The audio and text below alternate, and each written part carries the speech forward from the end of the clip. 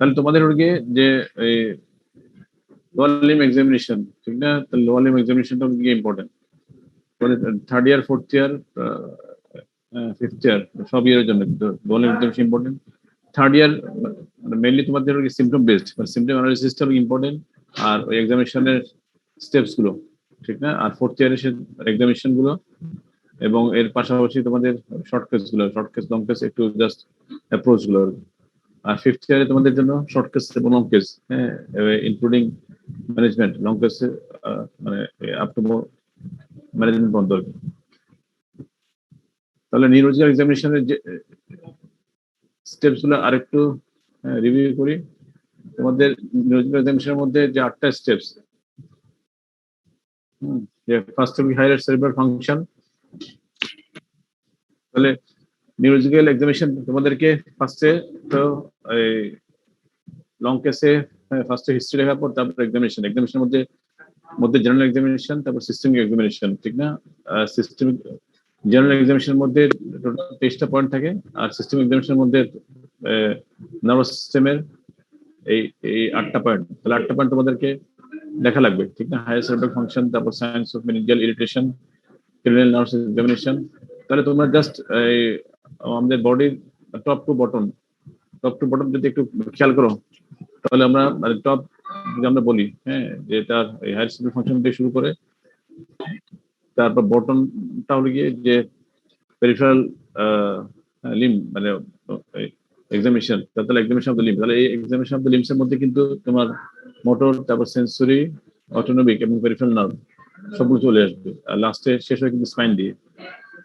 তাহলে এক্সামিনেশন গুলো মানে খুব বেশি কঠিন না স্টেপস গুলো। তাহলে আমরা ফার্স্টে সেরিব্রাল ফাংশন দেখলাম, তারপর ক্রেনিয়াল নার্ভস এক্সামিনেশন আসলাম, তারপর সায়েন্স অফ মেনিনজিয়াল ইরিটেশন আসলাম, ঠিক না? তাহলে আমাদের হেড থেকে শুরু করে তারপর ফেস এবং নেক। হেডে আমরা সেরিব্রাল ফাংশন দেখলাম, তারপর ফেসে আমরা ক্রেনিয়াল নার্ভ এক্সামিনেশন, এবং নেকে সায়েন্স অফ মেনিনজিয়াল ইরিটেশন। আমরা যদি একটু ইজিলি মনে রাখি এভাবে। আর লিমসে এসে আমাদের মোটর, সেন্সরি, অটোনমিক, তারপর পেরিফেরাল নার্ভস সবগুলো আসবে, এই 4টা পয়েন্ট আসবে, এবং লাস্ট হবে স্পাইন দিয়ে শেষ হবে আর কি। সেরিব্রাল ফাংশনের মধ্যে আগেও বলছিলাম, আজকে বলছি যে estimate of the conscious level, memory এবং স্পিচ ল্যাঙ্গুয়েজ, এই 3টা স্টেপস ইম্পর্টেন্ট। এবং estimate of the conscious level আমাদেরকে ডিসেস দিয়ে করা লাগবে। মেমোরিটা আমরা শর্ট টার্ম, তারপর লং টার্ম এবং ইমিডিয়েট মেমোরি, এই 3টা মেমোরি দেখি। এবং স্পিচ ল্যাঙ্গুয়েজ গুলোতে আমরা স্পিচ অ্যাবনর্মালিটি, ডিসআর্থিয়া, ডিসফোনিয়া, অথবা ল্যাঙ্গুয়েজ অ্যাবনর্মালিটি, হ্যাঁ, ডিসফেসিয়া আর এফাসিয়া। যেটা ডিসফেসিয়া মিনস যে acquired disorder of the language, আর কনজেন্টাল যেটা সেটা হলো গিয়ে এফাসিয়া। যাই হোক, আমাদের ডিসফাসিয়া আর এফাসিয়া, হ্যাঁ, এইটাই বললো। আর এখানে তারপর আসি যে ডিসিএস আমরা লাস্ট ক্লাসে বলছিলাম, থার্ড ইয়ারকে বলছি, ফোর্থ ইয়ারকে বলছিলাম, স্পিচ ল্যাঙ্গুয়েজও বলা হয়েছিল। আচ্ছা, মেমোরিও বলা হয়েছিল। তারপর সায়েন্স অফ মেনিনজিয়াল ইরিটেশন, আমরা মানে বলছিলাম যে আমরা সিমটমস অফ মেনিনজাইটিস এবং সায়েন্স অফ মেনিনজাইটিস, ঠিক না? তাহলে সিমটমস অফ মেনিনজাইটিস যেটা বলি যে ট্রাইডস অফ মেনিনজাইটিস, যেমন ফিভার, হেডেক এবং নেক স্টিফনেস ও neck pain. Triads of symptom এটা, এবং ট্রাইডস অফ সাইন কি নেক স্টিফনেস, কার্নিক সাইন এবং ব্রুজিক সাইন। তাহলে নেক স্টিফনেস মানে কিভাবে করতে হয়, তারপর কার্নিক সাইন এবং ব্রুজিক সাইন, এটা আমরা লাস্ট ক্লাসে এটা ফিগারটা তোমাদেরকে শো করছিলাম এবং বলছিলাম। তারপর আসি যে examination of the cranial nerves মধ্যে আমাদেরকে মেইনলি ফেশিয়াল নার্ভ করা লাগে, ঠিক না? Facial nerve important. Facial nerve important মানে ইম্পর্টেন্ট এই জন্য যে এখানে আমরা আপার এবং লোয়ার মোটর নিউরন, অর্থাৎ কর্টিকো বালবার ফাইবার এর ইন্টিগ্রিটি এবং ফেশিয়াল নার্ভ নিউক্লিয়াই এবং ফেশিয়াল নার্ভ এর যে ইন্টিগ্রিটি, এই ইন্টিগ্রিটি গুলো দেখা হয়। এবং এই ফেশিয়াল নার্ভ এক্সামিনেশনে আমাদের ফেসে যে মাসেলস অফ ফেশিয়াল এক্সপ্রেশন এর নরমাল ইনারভেশন, হ্যাঁ, আপার মোটর এবং লোয়ার মোটর নিউরন দিয়ে কিভাবে হচ্ছে আমরা এটা ডিসকাস করছিলাম। যে আপার মোটর ফেসে আপার পার্টে বাইলেটারাল ইনারভেশন দেয় এবং লোয়ার পার্টে এসে কন্ট্রালেটারাল ইনারভেশন দেয়। আর লোয়ার মোটরটা ফেসের রাইট হাফে আপার এবং লোয়ার পার্টে রাইট ফেশিয়াল নার্ভ সাপ্লাই করবে, এবং এর নিউক্লিয়াই এবং লেফট ফেশিয়াল নার্ভ এর nuclei left half of the face including upper and lower part. এবং আলটিমেটলি এই মাসেলস অফ ফেশিয়াল এক্সপ্রেশন যখন ফাংশন লস হবে তখন কি ধরনের সিমটম পেশেন্ট নিয়ে আসবে অথবা কি ধরনের সাইন নিয়ে আসবে আমরা এটা ডিসকাস করছিলাম। তাহলে আজকে আবার একটু আসি যে আমাদের নিউজিক্যাল এক্সামিনেশন এই স্টেজটা খুব ইম্পর্টেন্ট এবং তোমাদের থার্ড ইয়ার হোক ফোর্থ ইয়ার ফিফথ ইয়ার সব স্টেজে লাগবে এবং তোমাদেরকে পারতে হবে। তাহলে আমরা ফার্স্ট ইয়ার গিয়ে যে ইন্সপেকশন করি এক্সামিনেশন আমরা মোটর সিস্টেমের মধ্যে আমরা ফার্স্টে আমরা মাসেল বাল্ক ইন্সপেকশনের মধ্যে আমরা মাসেল বাল্ক দেখবো, তারপর ইনভলন্টারি মুভমেন্ট দেখবো। এই দুটা ইম্পর্টেন্ট। এর পাশাপাশি আমরা যদি কোনো স্কিন অ্যাবনর্মালিটি অথবা কোনো বোনস ও জয়েন্টস এর কোনো অ্যাবনর্মালিটি আছে কিনা আমরা এটা দেখতে পারি, ঠিক না? তাহলে bulk of the muscle normal কিনা অথবা বাস্টেড মিনস যে এটার ভলিউমটা লস হচ্ছে কিনা, পার্শিয়াল লস হচ্ছে কিনা, এবং সিডো হাইপারট্রফি ও ট্রু হাইপারট্রফি। তাহলে মাসেলটা বাস্টেড হতে পারে, নর্মাল হতে পারে অথবা হাইপারট্রফাইড হতে পারে। যেটা ট্রু হাইপারট্রফি মিনস যে মাসেল বাল্কটা ইনক্রিজ করলে, এবং সিডো হাইপারট্রফি মিনস যে মাসেল বাল্ক ইনক্রিজ করে না কিন্তু মাসেলের সাথে যে ফ্যাট ডিপোজিশন অথবা এডিপোস টিস্যু যদি ইনক্রিজ হয় তাহলে এটাকে আমরা সিডো হাইপারট্রফি বলি। সাধারণত হাইপারট্রফিটা নর্মাল ফাইন্ডিং, এটা ফিজিক্যাল প্রসেস, কিন্তু প্যাথোলজিক্যাল প্রসেস হলো যে pseudo hypertrophy means it is not true hypertrophy, ঠিক না? তাহলে মাসেলটা অ্যাপারেন্টলি তার ভলিউম মানে ভলিউম বেশি মনে হচ্ছে due to presence of the fat, মানে ফ্যাটি টিস্যুর কারণে।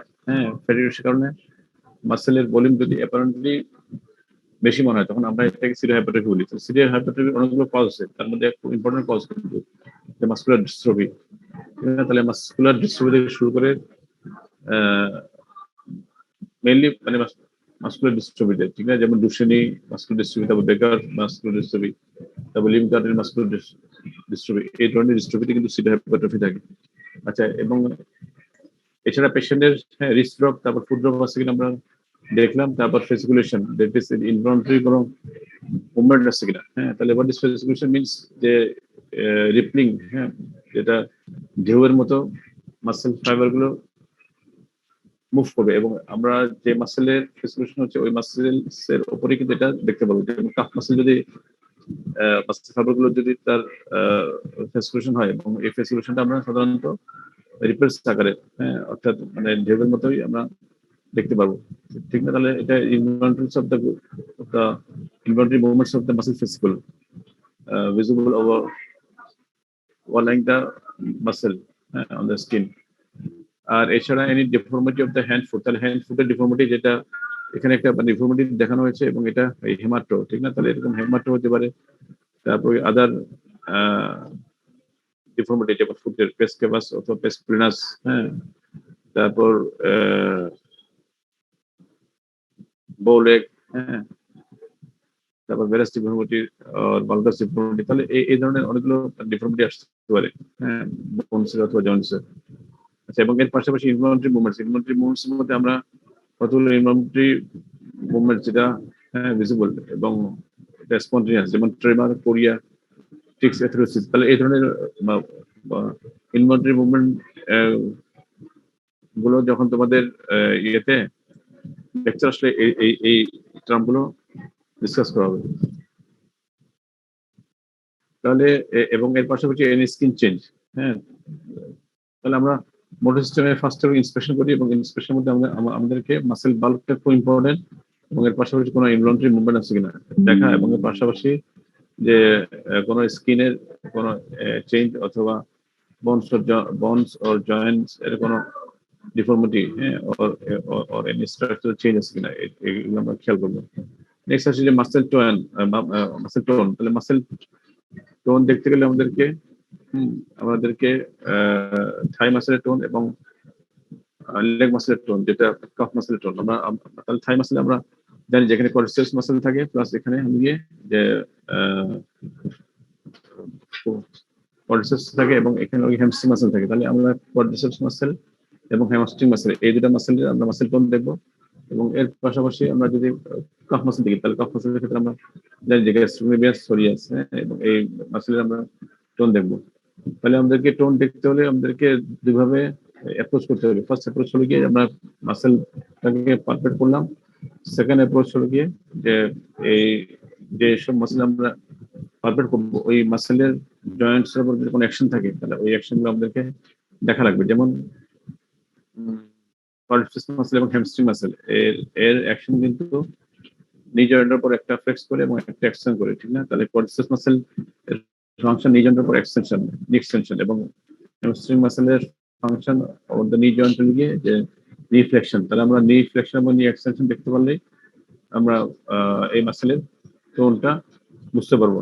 যদি মাসেল টোন যদি সাধারণত নর্মালি আমরা জানি যে টোন মিনস যে state of partial muscle contraction, তাহলে মাসেল যেহেতু পার্শিয়ালি কন্ট্রাক্টেড থাকে, তো আমরা যে ধরনের মাসেল এর ফিলিংস থাকবে এটাকে আমরা নর্মাল ধরবো। আর যদি মাসেল যদি ফ্ল্যাবি হয়ে যায়, ঠিক না, ফ্ল্যাবি থলথলে হয়ে যায়, তাহলে আমরা এটাকে হাইপোটোনিয়া বলি। আর যদি স্টিফ হয়ে যায় অথবা টফ হয়, ঠিক না, তাহলে যদি শক্ত হয়ে যায় মাংসগুলো, তাহলে আমরা এটাকে হাইপারটোনিয়া বলি। তাহলে আমরা জানি hypertonia is the sign of lower motor neuron lesion এবং hypertonia is the sign of upper motor neuron lesion. আচ্ছা, এবং hypotonia lower motor neuron lesion ছাড়াও কিন্তু সেরেব্রাল লিশনও কিন্তু হাইপোটোনিয়া হতে পারে, ঠিক না? তারপর মাসেল ডিজিজে কিন্তু হাইপোটোনিয়া হতে পারে, মায়োপ্যাথিতে, হ্যাঁ, নিউরোমাসকুলার জাংশন ডিসঅর্ডারও কিন্তু হাইপোটোনিয়া হতে পারে। তাহলে হাইপোটোনিয়া কিন্তু নিউরোলজিক্যাল কজ ছাড়াও নিউরোমাসকুলার জাংশন অথবা মাসেল সেল ডিজিজের কারণে কিন্তু হতে পারে। আর হাইপারটোনিয়া অলওয়েজ কিন্তু নিউরোলজিক্যাল কজেই হয়।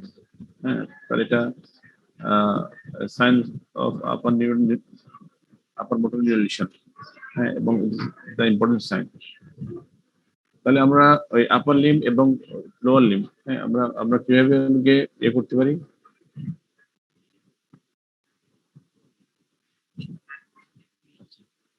আপার লিম এবং লোয়ার লিম আমরা টোন কিভাবে দেখতে পারি? আমরা ওই হ্যান্ড শেকিং মেথডে, ঠিক না? তাহলে আমরা যদি পেশেন্টের সাথে হ্যান্ডশেক করি, তাহলে হ্যান্ডশেক করতে গিয়ে তার রিস্টের ফ্লেকশন এক্সটেনশন করে ফেলবো এবং এবং এর পাশাপাশি তার এলবো জয়েন্টের ফ্লেকশন এক্সটেনশন এবং এর পাশাপাশি প্রোনাকশন অফ দ্য সুপারনেশন মুভমেন্ট। তাহলে আমরা এই কয়েকটা মুভমেন্ট যদি দেখি, তাহলে আমরা মোটামুটি আমরা আর্ম মাসেলের যে টোনটা, হ্যাঁ, গ্রসলি একটা টোনের ইয়ে করতে পারি, এস্টিমেট করতে পারি। আচ্ছা, এবং এর পাশাপাশি আমরা যদি লোয়ার লিমের ক্ষেত্রে আমরা নিটাকে ফ্লেক্স এক্সটেন্ড করতে পারি, অথবা হিপসটাকে ফ্লেক্স এক্সটেন্ড করতে পারি, অথবা অ্যাঙ্কার জয়েন্টকে আমরা ডরসিলেশন ফ্লেকশন করতে পারি, অথবা ইনভার্সন করতে পারি। তাহলে আমরা এই মানে টোন কয়েকবার দেখতে পারি, ঠিক না? একটা হলো যে জয়েন্ট মুভমেন্টের মাধ্যমে, আর একটা ডাইরেক্ট পালপেশন। তাহলে ডাইরেক্ট পালপেশন কিন্তু ইম্পর্টেন্ট পার্ট, এবং অলওয়েজ আমাদের দুটো মেথডে কিন্তু অ্যাপ্লাই করা লাগবে মাসেল টোনের ক্ষেত্রে। তাহলে মাসেল টোন, হ্যাঁ, মাসেল টোনটা কি ইম্পর্টেন্ট, এবং এটাকে লোয়ার মোটর টাইপ অর্থাৎ হাইপোটোনিয়া আর হাইপারটোনিয়া আমাদেরকে জানা লাগবে। তারপর সে যে আমরা মাসেল পাওয়ার, তাহলে মাসেল পাওয়ার অথবা মাসেল স্ট্রেন্থ দেখতে হলে আমরা অবশ্যই মাসেলটাকে গ্রেড করতে হবে, তার মাসেল পাওয়ারের গ্রেডিংটা, হ্যাঁ, এবং এই গ্রেডিংটা আমরা বলি যে মেডিকেল রিসার্চ কাউন্সিল, যেটা মেডিকেল রিসার্চ কাউন্সিলের গ্রেডিং, এবং এই গ্রেডিং গ্রেড 0 থেকে শুরু করে গ্রেড 5 পর্যন্ত এই 5টা গ্রেড করা হয়েছে, হ্যাঁ, এবং গ্রেড 0 হল কি অ্যাবসেন্ট, গ্রেড 5 হল কি নর্মাল পাওয়ার, গ্রেড 1 মিনস যে flicker of contraction but no movement. হ্যাঁ, অর্থাৎ আমরা বেডসাইড পেশেন্টকে বলি যে আপনি হাতের আঙ্গুলগুলো অথবা পায়ের আঙ্গুল নাড়ানোর চেষ্টা করেন। যদি হাতের আঙ্গুলগুলো অথবা পায়ের আঙ্গুলগুলো পেশেন্ট নাড়াতে চেষ্টা করে অথবা নাড়াতে পারে, তাহলে আমরা এটাকে ফ্লিকার অফ কন্ট্রাকশন ও গ্রেড 1 হিসেবে লেভেল করব। তারপর গ্রেড 2 হলে গিয়ে joint movements when effect of gravity eliminated। তাহলে গ্রেভিটি যে এফেক্ট, অর্থাৎ অ্যালং দ্য গ্রেভিটি যদি পেশেন্ট তার কোনো মুভমেন্ট করতে পারে লিম্বসের, ঠিক না, তাহলে পেশেন্ট যদি কোনো পেশেন্ট যদি তার লিম্বসের মুভমেন্টস অ্যালং দ্য গ্রেভিটি করতে পারে, তাহলে আমরা এটাকে গ্রেড 2 হিসেবে লেভেল করব। তাহলে আমরা বেডসাইডে বলি যে পেশেন্টকে যে আপনি পাটা পাশাপাশি নাড়ান, ঠিক না, অথবা হাতটা আপনার পাশাপাশি নাড়াবেন। তাহলে side to side movements of the lower limb or side to side movements of the upper limb while lying flat in the bed। তাহলে এটাকে আমরা গ্রেড 2 হিসেবে লেভেল করব। গ্রেড থেকে যে movement against gravity but not against resistance. তাহলে patient গ্র্যাভিটির এগেইনস্টে move করতে পারবে, তার গ্রেভিটি এগেইনস্টে মুভ করতে পারবে। কিভাবে? আমরা বেড সাইডে বলি যে আপনি আপনার হাঁটুটাকে ভাঁজ করেন, ঠিক না? তাহলে সে যদি পেশেন্ট যদি নিটাকে ফেস করতে পারে, তাহলে আমরা এটাকে গ্রেড 3 হিসেবে লেবেল করবো। অথবা যদি এলবো ফ্লেক্স করতে পারে, হ্যাঁ, তাহলে আমরা এটাকে গ্রেড 3 হিসেবে লেবেল করবো। তারপর গ্রেড 4 এবং গ্রেড 5 এর মধ্যে ডিফারেন্স একটাই, যে নরমাল রেজিস্ট্যান্সে আমরা যে ফুল তখন গ্রেড 4 এবং 5 দেখার জন্য আমাদেরকে রেজিস্ট্যান্স অ্যাপ্লাই করতে হবে। যদি রেজিস্ট্যান্স অ্যাপ্লাই করতে গিয়ে যদি কোনো উইকনেস পাওয়া যায়, আমরা এটাকে গ্রেড 4 বলবো। আর যদি উইকনেস পাওয়া না যায়, তাহলে আমরা এটাকে নরমাল পাওয়ার বলবো।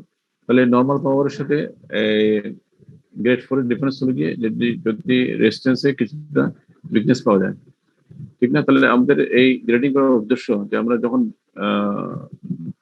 মানে উদ্দেশ্য দুটা, যে তার কোর্স অফ ইলনেসে ডিজিজটা কি static or progressive or improving. যদি স্ট্যাটিক থাকে তাহলে আমরা মাসেল পাওয়ার যেভাবে পাচ্ছিলাম 1 মাস আগে, হ্যাঁ, এবং পেশেন্ট যদি আবার 1 মাস পর ফলো আপ আসে সেভাবে পাবো। আর যদি ইমপ্রুভিং হয়, তাহলে তার মাসেল পাওয়ার সাপোজ ইনিশিয়ালি আমরা 3 পাইছিলাম, কিন্তু যখন 1 মাস পর ফলো আপ আসলো, তখন আমরা এটাকে 4 পেতে পারি অথবা 5 পেতে পারি। তাহলে এটা ইমপ্রুভিং। আর ডিটেরিয়েটিং মিনস যে সাপোজ 1 মাস আগে পেশেন্ট আমাদের কাছে আসলো, সে মাসেল পাওয়ার 3 নিয়ে আসলো, 1 মাস পর যখন আসছে তখন তার মাসেল পাওয়ারটা 1 হয়ে গেছে। তাহলে তার ইমপ্রুভমেন্টটা অথবা স্ট্যাটিক কন্ডিশন অর ডিটেরিয়েশন, আমরা এটাকে মাসেল গ্রেডিং দিয়ে, মাসেল পাওয়ারের গ্রেডিং দিয়ে আমরা অ্যাসেস করতে পারি। তাহলে এটা আমাদের ফলোআপের জন্য বেসলাইন, পেশেন্টের যে বেসলাইন কন্ডিশন এবং পেশেন্টের সাবসিকুয়েন্ট যে ফলোআপ, এই ফলোআপে তার অ্যাসেসমেন্টের জন্য কিন্তু মাসেল পাওয়ারের গ্রেডিংটা খুব ইম্পর্টেন্ট। হ্যাঁ, এবং এর মাধ্যমে আমরা মানে ফিজিশিয়ানরা যে ট্রিটমেন্ট দিচ্ছে, ট্রিটমেন্টের রেসপন্স গুলো অ্যাসেস করতে পারে।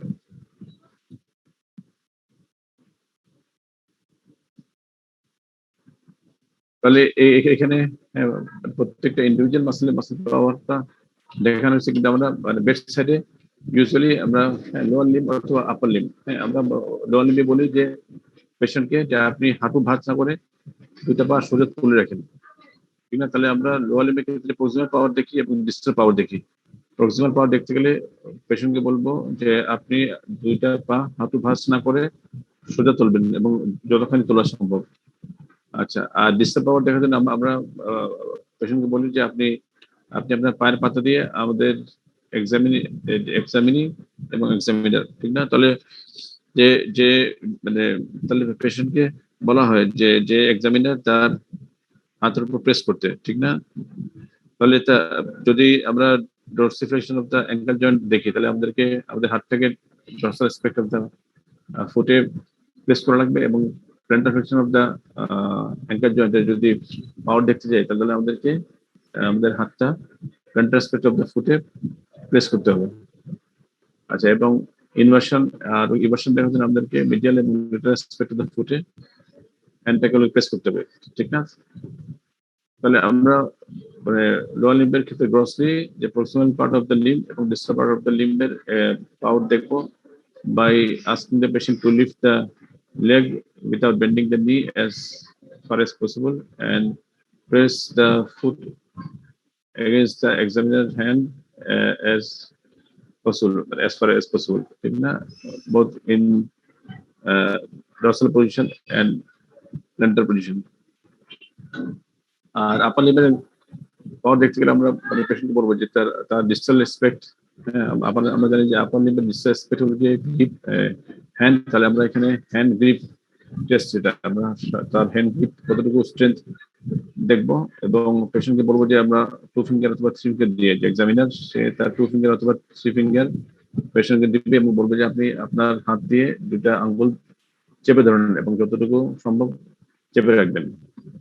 তাহলে আমরা পেশেন্টের গ্রিপ উইকনেস আছে কিনা আমরা এটা এগুলো অ্যাসেস করতে পারবো। হ্যাঁ, গ্রিপ স্ট্রেংথটা এবং এর পাশাপাশি গ্রিপ উইকনেস আমরা অ্যাসেস করতে পারবো। আর আপার লিম্বের প্রক্সিমাল অ্যাসপেক্ট, অর্থাৎ আপার লিম্বের প্রক্সিমাল পাওয়ার দেখার জন্য পেশেন্টকে বলবো যে আপনি ফরওয়ার্ড আর্ম অ্যাবডাকশন টেস্ট, হ্যাঁ, অর্থাৎ পেশেন্ট তার 2টা হাতটাকে ভাঁজ না করে স্ট্রেট ফরওয়ার্ড হোল্ড করে রাখবে। তাহলে ফরওয়ার্ড আর্ম অ্যাবডাকশন করে রাখবে এবং তার প্রক্সিমাল পাওয়ার অর্থাৎ শোল্ডার গার্ডের মাসেলে কোনো উইকনেস থাকলে আমরা এটাকে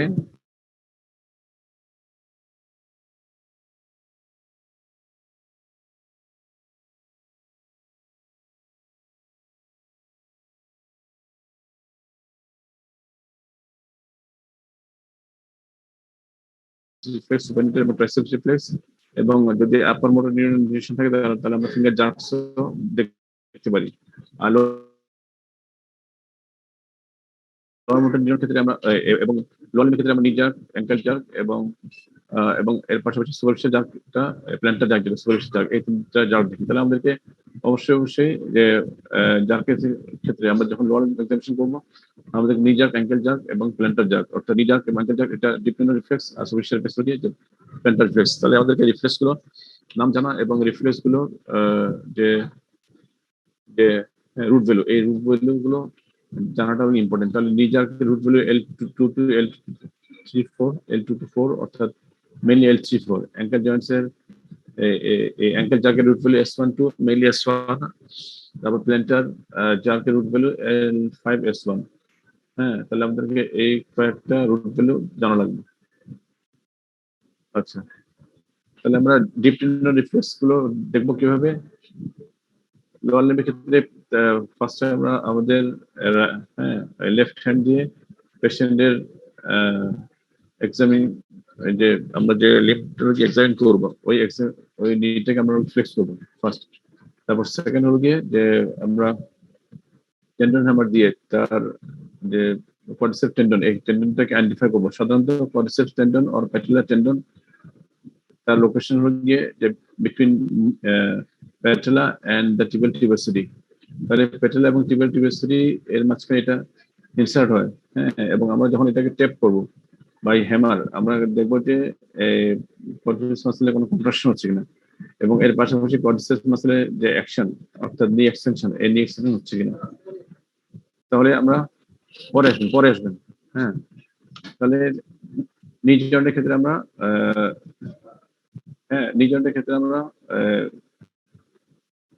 অর্থাৎ নি জার্কের ক্ষেত্রে আমরা কোয়াড্রিসেপস মাসলের কন্ট্রাকশন দেখবো এবং এর পাশাপাশি নি এক্সটেনশন হচ্ছে কিনা নি এক্সটেনশন দেখবো। হ্যাঁ, তাহলে আমাদেরকে অবশ্যই ফার্স্টে নিটাকে সাপোর্ট নিতে হবে, ঠিক না?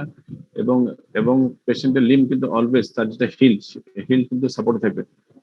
তাহলে হিলটাকে অবশ্যই বেডের সাপোর্টে রাখতে হবে, ঠিক না? আমরা যদি নি যদি বেড থেকে হিল যদি তার মানে বেড থেকে লিমিটেড থাকে, হ্যাঁ, অর্থাৎ উঠে থাকে, তাহলে কিন্তু এখানে তার কোয়াড্রিসেপস মাসলের কন্ট্রাকশন হয়ে থাকবে এবং আলটিমেটলি আমরা এক্সামিনেশন করতে পারবো না, আর প্রপার এক্সামিনেশন মানে করা তখন সম্ভব হয় না। তাহলে আমাদেরকে অবশ্যই নি জয়েন্টের সাপোর্ট দিতে হবে by placing the hand over the popliteal fossa। Second হলো গিয়ে যে হিল সাপোর্ট দিতে হবে অন দ্য বেড। আচ্ছা, তারপর থার্ড আমরা প্রেস করব, অর্থাৎ হ্যামার দিয়ে আমরা পারকাস করব। নেক্সট আসছে যে অ্যাঙ্কেল জয়েন্ট। তাহলে অ্যাঙ্কেল জয়েন্টের ক্ষেত্রে আমাদেরকে নি জয়েন্ট প্লেস করা লাগবে এবং অ্যাঙ্কেল জয়েন্টে পার্টলি ডরসি প্লেস করতে হবে। করার পর তারপর আমরা যে টেন্ডাকুলিস, এই টেন্ডাকুলিস আমরা পারকাস করব এবং টেন্ডাকুলিসটাকে যখন পারকাস করবো তখন আমরা গ্যাস্ট্রোনেমিয়াস এবং সোলিয়াসের কন্ট্রাকশন হচ্ছে কিনা আমাদেরকে দেখা লাগবে, ঠিক না? তাহলে হ্যাঁ, এবং এর পাশাপাশি তার ফুটের প্ল্যান্টার ফ্লেকশন হচ্ছে কিনা আমরা এটাকে খেয়াল করবো। মেনলি আমাদেরকে কন্ট্রাকশন দেখলে হবে। আচ্ছা, তারপর লাস্টে এসে যে আমাদেরকে প্ল্যান্টার রিফ্লেক্স। প্ল্যান্টার রিফ্লেক্সের ক্ষেত্রে আমাদেরকে তিনটা কম্পোনেন্ট ফলো করতে হয়। ফার্স্ট কম্পোনেন্ট যে পেশেন্টটাকে আমরা এক্সপ্লেন করবো যে আমরা কে দিয়ে, অর্থাৎ চাবি দিয়ে আপনার পাটা দেখবো এবং এই পা দেখতে গিয়ে আপনার পায়ে একটু খোঁচা লাগবে, কোনো ধরনের কোনো ব্যথা পাবেন না, এবং যদি ব্যথা পান তাহলে আমরা আমাদের এক্সামিনেশনটা স্টপ করবো। তাহলে পেশেন্টকে ফার্স্টে এক্সপ্লেন করতে হবে যে আমি কি করতে যাচ্ছি এবং এই এক্সামিনেশন করতে গিয়ে পেশেন্টের কি সমস্যা হতে পারে। সেকেন্ড স্টেপসে এসে আমাকে তার যে সোল অফ দ্য ফুটের ল্যাটারাল অ্যাসপেক্ট, এক্সট্রিম ল্যাটারাল অ্যাসপেক্টে আমাকে স্ক্র্যাচ করা লাগবে এবং এই স্ক্র্যাচটা আমরা আপওয়ার্ড এক্সটেন্ড করব এবং এটা up to the fifth, fourth, third and second metatarsal head পর্যন্ত আমরা আসবো স্ক্র্যাচিংটা। তারপরে আমরা এখানে ইয়ে করবো, স্টপ করে দেবো সেকেন্ড। আচ্ছা, তারপর তাহলে আমাদেরকে ফার্স্টে এক্সপ্লেন করা লাগবে, তারপর গিয়ে সেকেন্ড স্টেপ এসে পেশেন্টের তার ফুটটাকে ফিক্স করা লাগবে উইথ দ্য লেফট হ্যান্ড। হ্যাঁ, তাহলে আমরা বাম হাত দিয়ে তার যে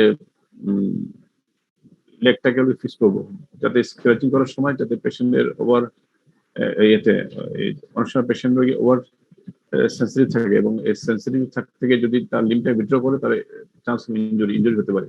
তাহলে এই ইনজুরিটাকে প্রিভেন্ট করার জন্য আমরা তার লিম্বটাকে আমাদের লেফট হ্যান্ড দিয়ে ফিক্স করবো, সেকেন্ড কম্পোনেন্ট। এবং থার্ড কম্পোনেন্ট হলো কি যে আমরা কি দিয়ে অর্থাৎ চাবি দিয়ে তার sole of the foot lateral aspect থেকে শুরু করে up to second metatarsal head পর্যন্ত আমরা স্ক্র্যাচ করবো।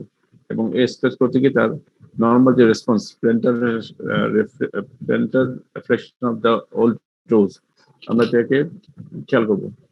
তাহলে plantar reflection of the old toes যদি হয়ে থাকে তাহলে এটা নর্মাল রেসপন্স, আর প্ল্যান্টার নর্মাল প্ল্যান্টার রেসপন্স এটা রিফ্লেকশন রেসপন্স। আর এর পাশাপাশি এই অ্যাবনর্মাল হচ্ছে না, তাহলে আমরা অ্যাবনর্মাল দেখতে গিয়ে তার extension of the great toe and fanning of the other toes sign হচ্ছে কিনা আমরা দেখতে পারি। তার রিফ্রেশ লস হচ্ছে কিনা এটাকে দেখতে পারি। অনেক সময় প্ল্যান্টার রেসপন্স অ্যাবসেন্ট থাকতে পারে। সেকেন্ড, তারপর থার্ড হলো গিয়ে তার পেশেন্ট তার লিম্বটাকে উইথড্র করছে কিনা, তাহলে আমরা এটাকে উইথড্র রেসপন্স বলি। তাহলে নর্মাল প্ল্যান্টার রেসপন্স হলো গিয়ে ফ্লেকশন, আর অ্যাবনর্মাল মধ্যে প্ল্যান্টার রিফ্লেক্স অ্যাবসেন্ট থাকতে পারে, অথবা বেবিনিসকেশন পজিটিভ থাকতে পারে। Means extension of the planter response. অনেক সময় প্ল্যান্টার রেসপন্স তার উইথড্র হতে পারে, যে পেশেন্ট তার রেসপন্স এক্সামিনার তার রেসপন্স দেখতে গিয়ে পেশেন্ট তার লিম্বকে যদি উইথড্র করে ফেলে, তাহলে আমরা এটাকে উইথড্র রেসপন্স বলি। এবং প্ল্যান্টার রেসপন্স ইকুয়াল হতে পারে, অর্থাৎ আমরা কখনোই নর্মাল পেতে পারি plantar flexion, that is flexion of the great toe and other toes, অথবা একই প্রসিডিউরে আমরা ফ্লেকশন পেতে পারি অথবা এক্সটেনশন পেতে পারি। তাহলে ফ্লেকশন এবং এক্সটেনশন যদি একই প্রসিডিউরে পাওয়া যায় তাহলে আমরা এটাকে equivocal response বলি। এবং equivocal response always means abnormal and it indicates the upper motor neuron lesion.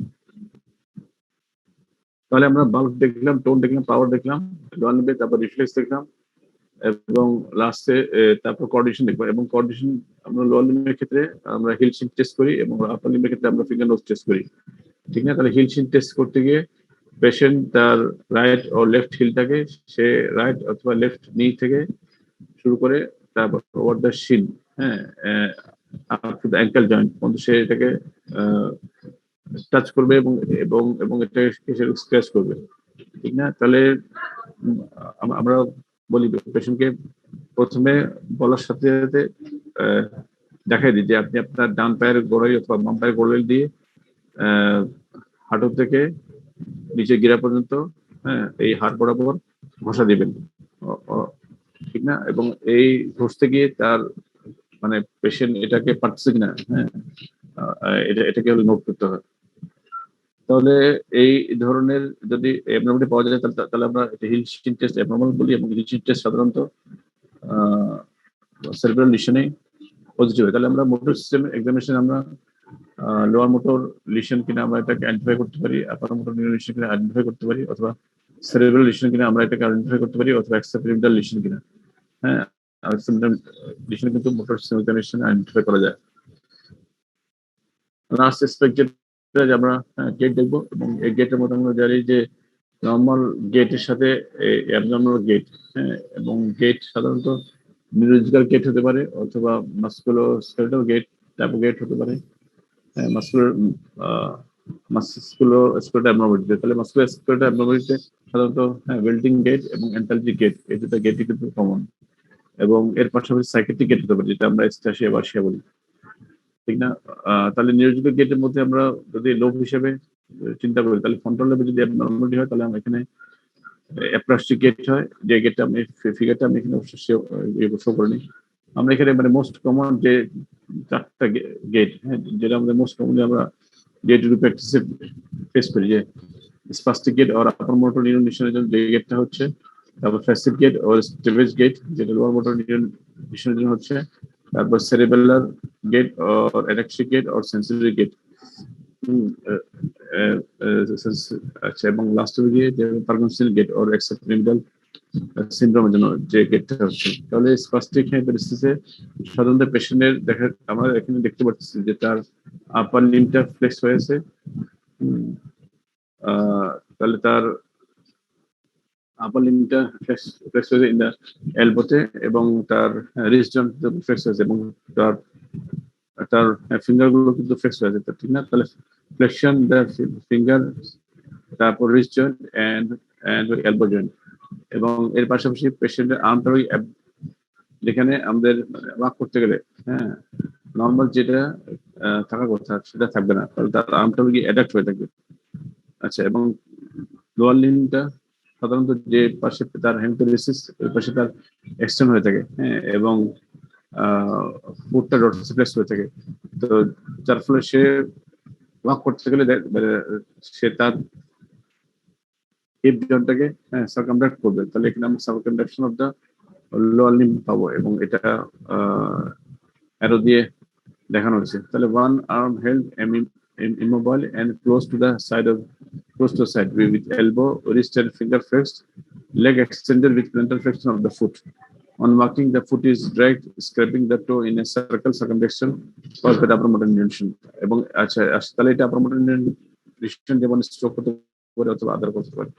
R স্টেপেজ gate or lower motor neuron, হ্যাঁ, যেমন foot is dragged or lifted high and slapped onto the floor, এবং এর পাশাপাশি unable to walk on the heels caused by foot drop owing to lower motor neuron। তাহলে lower motor neuron আমরা foot drop পাবো, এবং এই foot ড্রপের জন্য patient হাঁটতে গেলে তার যেহেতু ফুটটা মানে প্রবলি সে ডরসিপ্লেক্স করতে পারবে না তার ফুটটার, তো যার ফলে সে এই ডরসিপ্লেক্সনের জন্য তার ফুটটাকে গ্রাউন্ড থেকে ক্লিয়ার করতে যাবে, এবং এই ক্লিয়ার করতে গিয়ে দেখা যাবে যে তার ফুটটার যে নর্মাল স্টেপ এবং এই স্টেপ যে নর্মাল স্টেপের যে হাইট, সে হাইট থেকে তার স্টেপের হাইট গুলো কিন্তু বেশি হয়, ঠিক না? তাহলে এখানে হাই স্টেপিং গেট বলি আমরা এটাকে, এবং অথবা স্টাম্পিং গেট বলি, হ্যাঁ।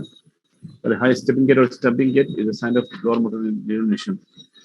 আচ্ছা, এবং সেরিব্রাল অ্যাটাকের সাথে আমরা পেশেন্টকে দুভাবে করতে পারি। ফার্স্ট হচ্ছে আমরা তার পেশেন্টের টেন্ডেম গেট দেখবো, এবং টেন্ডেম গেট দেখতে গিয়ে যদি পেশেন্ট যদি হিল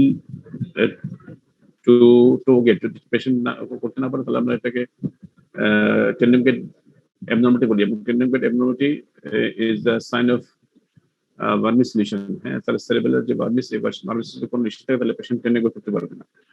আর যদি পেশেন্টকে আমরা যদি সেরিব্রালের যে লোব, এই লোবে যদি কোনো লিশন হয়ে থাকে তাহলে পেশেন্ট নর্মালি তার যেটা হাঁটার যে তার যে স্টেপিং এর যে নর্মাল স্ট্রাইড অথবা যেটা নর্মাল যে উইথ, এবং তাহলে তার নর্মাল ওয়াকিং এর যে স্ট্রাইডস, তারপর যে যে উইথ মেনটেন করতে হয়, সে স্ট্রাইড এবং উইথটাকে মেনটেন করতে পারবে না। এবং লাস্টে আসি যে পার্কিনসন ডিজিজে তার আমরা পোস্টার দেখছি, তার কিন্তু মানে ফরওয়ার্ড বেন্ডিং হয়েছে পেশেন্ট, এবং posture is stooped or forward bended with head and neck forward, arms are flexed at elbow and wrist, এবং দেখা যাচ্ছে যে অনেক সময় তার এই হ্যান্ডে ইনভলন্টারি মুভমেন্টস অথবা তার আর্মে ইনভলন্টারি মুভমেন্টস, পিলোরিং মুভমেন্টস পাওয়া যায়। Little arms swing, steps are short and shuffling, and patient is slow and getting started. Festival gait বলি। তাহলে আমরা এটাকে ফেস্টিং বলি যে পেশেন্ট সাধারণত তার গেট স্টার্ট করতে গেলে স্লোলি স্টার্ট করে, এবং আস্তে আস্তে যখন সে কিছুক্ষণ যখন হাঁটার পর দেখা যায় তার গেটের স্পিড বেড়ে যায়, হ্যাঁ। এবং পেশেন্ট আমরা যদি বলি যে আপনি টার্ন নেন, তাহলে টার্ন থেকে তার যে নর্মাল সার্কামডাকশন, সে নর্মাল সার্কামডাকশনের যে স্টেপসটা সে সিঙ্গেল স্টেপ না দিয়ে মাল্টিপল স্টেপসে সে টার্ন নেয়, হ্যাঁ। এবং আমরা এটাকে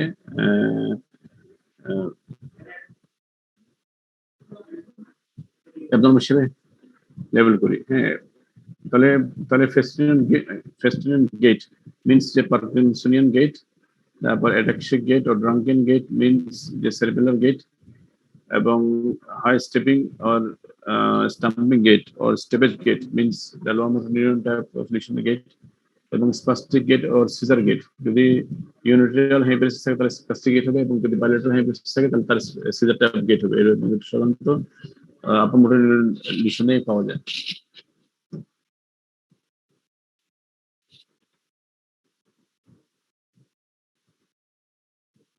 তাহলে আজকে তোমাদের এতটুকু, তোমাদের আজকে participant third year fourth year তোমাদের পার্সেন্টেজ দিয়ে দিই একসাথে। আর ফোর্থ ইয়ার সিনসিয়ার না, ফোর্থ ইয়ারের তোমাদেরকে মানে বলা হয়েছিল যে ক্লাস শুরুর আগে, আগের দিন রাত্রে তোমরা বলবা, এবং তোমরা ক্লাস শুরু হওয়ার পর এটা জানাচ্ছ, ক্লাস শুরু হওয়ার যে টাইম শুরু হওয়ার পর আমাকে জানাচ্ছ। ফোর্থ মনিটর, তুমি যদি হোয়াটসঅ্যাপে আমার সাথে কন্ট্যাক্ট করতে না পারো নেটওয়ার্ক প্রবলেমের জন্য, তাহলে তোমাকে ফোন করা লাগবে তো, ঠিক আছে? ফোন করো অথবা মানে মেসেজ দাও তোমাকে। আর তুমি একদিন আগে তোমার সমস্যা হলে তুমি 2 দিন আগে দাও। হ্যাঁ, লাস্ট মোমেন্টে গিয়ে মানে এই ধরনের মানে এটা কিন্তু এক্সকিউজেবল না। হ্যাঁ, তাহলে নেক্সট ক্লাস থেকে আর একটু ইয়ে হবো আর কি, হ্যাঁ, কেয়ারফুল হবো। আর মনিটরের কাজ স্যার হলো যে করে